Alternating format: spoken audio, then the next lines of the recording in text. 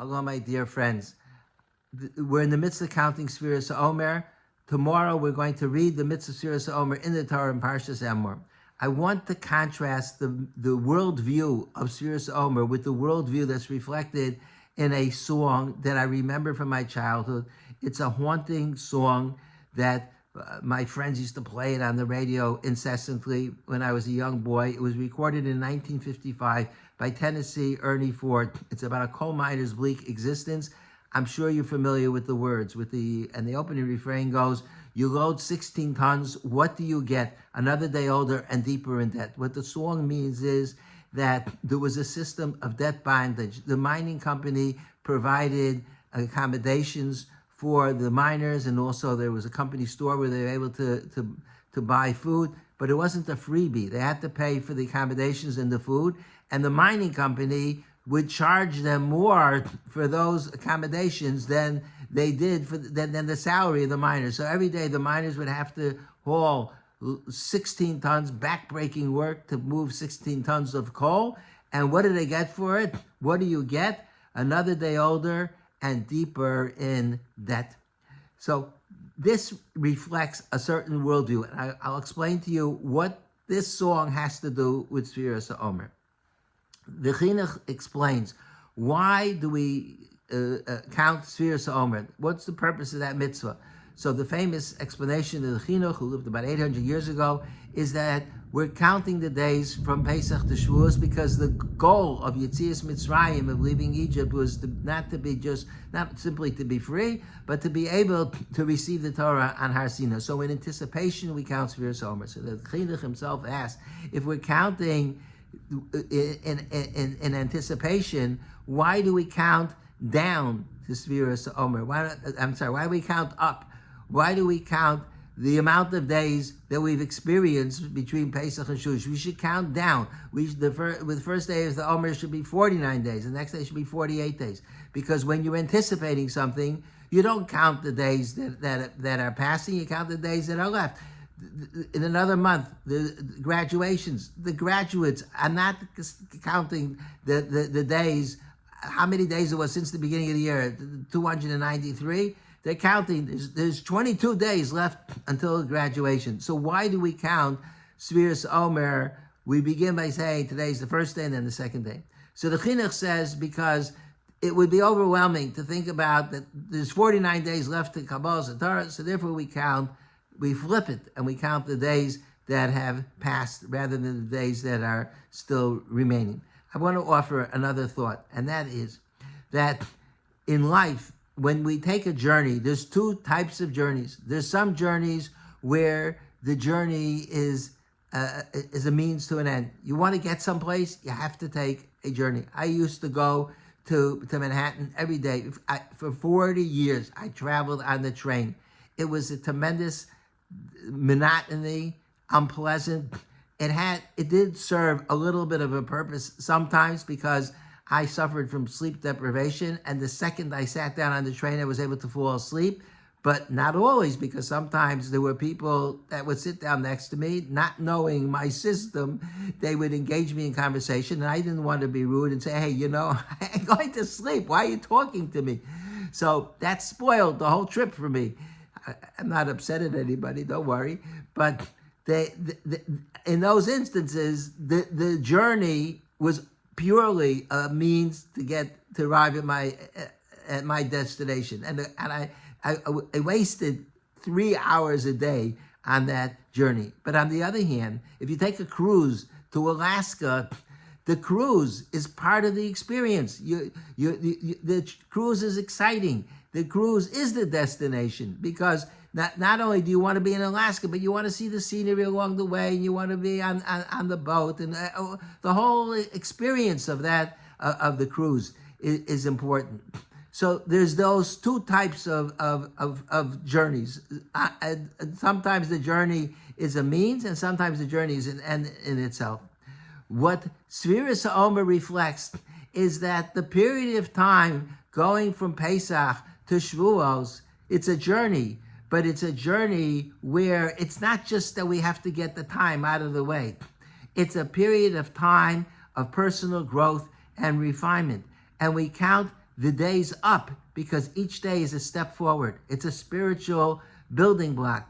Each day matters. Each day we transform ourselves more to be worthy to receive the Torah. And therefore, we count because the journey is of enormous value, so therefore we count the days of the journey, because the journey is the destination, rather than counting the days left until we arrive at the yontif of Shavuos. And the truth is that this idea that the journey can either be a means or an end is true about everything in life. There's many things that we do in the course of daily living, and what determines whether they are a means or an end is our own attitude. So the Rambam writes that everything that a person does should be done to serve HaKadosh Baruch Hu. When a person, even the most mundane activities, when a person eats, he needs strength to be able to serve Hashem. A person goes to sleep, he needs to rejuvenate. A person works, he has to have income in order to continue living his life. But everything the Rambam says it should be done for the sake of heaven. And he quotes the famous pasuk in Mishlei where Shlomo HaMelech says, "B'chol drachecha de'ehu." You should know Hashem in all ways. Every single thing that a Jew does is a way of serving Hashem. Even the most mundane. There's a mitzvah when you put on the shoes. You're supposed to put on first the right shoe and then the left shoe, and you tie the left shoe first and then you tie the right shoe. What could be more mundane or simplistic or inconsequential than putting on your shoes? But it's transformed into a mitzvah. When we walk to shul, there's schar alicha. It's a mitzvah to walk. You're even supposed to go to the shul further away because it's a bigger mitzvah to walk further. So every single thing that a person does, it could be a journey which is an end in itself. But whether or not that's the case depends on the individual. For some people, the journey is the end, but for many people, the journey is just a means towards the destination. So, for example, a person goes to work.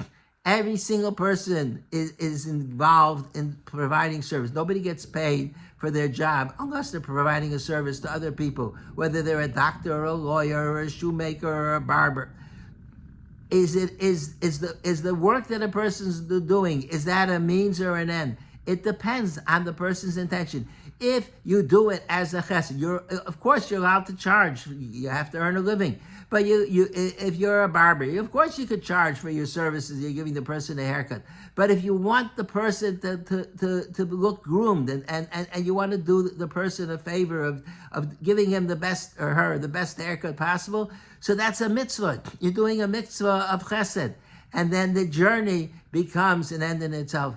But if the only reason why you're working is so that you should have money, and the only reason why you want the money is because you want to be able to use it to vacation or to enjoy yourself in different ways, so then it's no longer a mitzvah. Then the journey is only a way of reaching the means. It's only a means towards an end. Sefira Emor teaches that for a Jew, everything in life is a journey that counts. And that's why when we count the Sefira, we're saying every day is important. We count each day because each day is important, and each day is a goal, is a goal in and of itself. The song that I mentioned in the beginning of 16 tons and what do you get is the opposite, is the antithesis of this. It's that the coal miners, they work, they backbreaking work, but they accomplish absolutely nothing. It's a journey that doesn't even bring them to a goal. It's a monotonous drudgery of their life. And I would say that if a person is not using life in a positive way, so then everybody's life is 16 tons and what do you get? Because people work hard and people invest and people they spend hours in their employment, and if they live selfish lives, people owe to the Ribbon Shalom gratitude, and they owe to in appreciation. They have to use their time in a valuable way. But if they only use the time to for their own sake, so then each day they owe more to the Rebbeinu Shalom, who gives us the gift of life, and it's being used for selfish reasons. So then every single day the person gets deeper in debt. 16 tons, and what do you get? There are people that don't know what to. I've seen people who are retirees. They can't wait to do something that in the morning they're waiting for lunch. At lunch they're waiting for supper. The day is monotonous. It serves no function. It's a terrible waste of time. The journey then is only a means, and it's the drudgery of life that's so destructive. When we make a siyum, we say, "Anu amelim v'hem we toil, we toil, and they toil. Anu amelim v'kamascha v'hem amelim v'kamascha. They toil and don't receive reward. We toil and receive reward." What does that mean?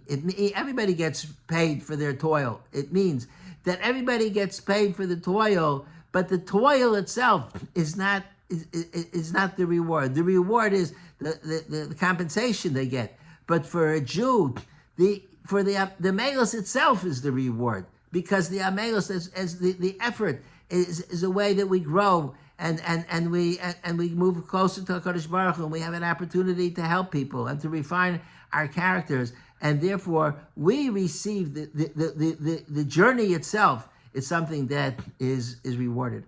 I was thinking that Sefira Omer is, the Chumash says it's Mimacharas HaShabbos. It's the day you start counting the day after Shabbos. Why does it refer to the first day of Pesach? Why is it called the first day of Pesach Mimacharas HaShabbos? So I thought because Shabbos is a day of elevation, where you move closer to Hashem. But what happens the day after Shabbos? When you return back to the 6 days of Sheshes Yemei Hamaisa, 6 days when we work and we toil. So the Shabbos, the purpose of Shabbos is to teach you how to live the entire week. That it's not just on Shabbos that you put on your Shabbos clothing and you have a Suda Shabbos and you sing Semiras and feel closer to Hashem. That needs to be extended throughout the week, and therefore Mimacharas HaShabbos, right after the first day of Pesach, we want to extend that experience, the exhilaration of Yetzias Mitzrayim, Mimacharas HaShabbos. And what do? It's Miyom, we count the days, Miyom HaViyachmas Omer. We call it Sefira Omer. Why? Because there was a sacrifice in the Beis HaMikdash of the Omer. Omer was a measure of barley. They used to bring barley as a sacrifice on the Mizbeach on the first day of Pesach. So we count from the first day. We say today is the first day, since we brought the barley offering yesterday, so today is the first day later. Why connect Sefira Omer to a barley offering? So I think possibly the answer is because barley is the most mundane food. It's not even today. It's different, but in the time of the Gemara, says barley is a Michael Behema. It's what animal feed. You could take even animal feed and transform it and elevate it and use it to serve Hashem. You bring it as a sacrifice on the Mizbeach. So it carries a powerful message that every single thing in life, no matter how mundane and insignificant it might seem, that could be transformed. And therefore, we start counting Mimacharas HaShabbos, the day after Pesach, after the exhilaration of sitting at the Seder. We extend that religious inspiration beyond, and we remember that we brought even the most mundane. The barley is brought as a sacrifice to Mizbeach, and that's how we want to live the rest of our lives. So as we count Sefira Omer for 49 days, I think that this is a terrific,